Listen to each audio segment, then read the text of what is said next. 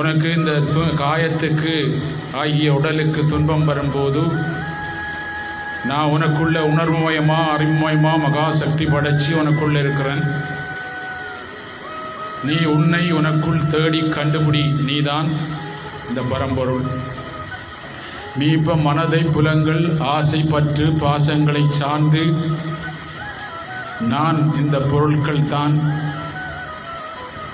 நான் யார் அப்படின்னு தேட முடியாமல் நான் இதுதான் அப்படின்னு சொல்லி நான் சார்ந்து வேதனைப்பட்டு கொண்டிருக்கும் போது இந்த காயமாகிய உடலிலிருந்து எங்களை மீட்பதற்காக மீட்பவர்கள் சித்தர்களாகவும் யோகிகளாகவும் இயேசுபுரானாகவும் முகமது நபியாகவும் புத்த பகவானாகவும் சில நேரங்கள் ராமராகவும் கிருஷ்ணராகவும் பகவானை அவதாரம் பண்ணி மண்ணுலகத்தை காப்பாற்றி கொண்டு வரார்கள்.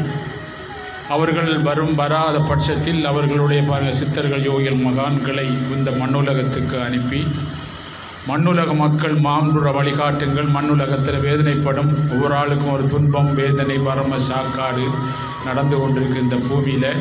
அவர்களுக்கு இந்த துன்பம் வருவதற்கு என்ன காரணம் அப்படின்னு சொல்லி துன்பத்துக்கு துன்பம் கொடுக்குற அப்படின்னு சொல்வார்கள். அப்போ எங்களுக்குள்ளிக்க நாங்கள் செய்த கர்ம வினைகள் பாவங்கள் துன்பம், அதுக்கு நற்காரியங்கள் துன்பம் கொடுப்பது.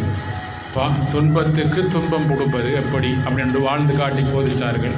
அதாவது ஒரு கெட்ட விஷயத்துக்கு நல்லது துன்பம்.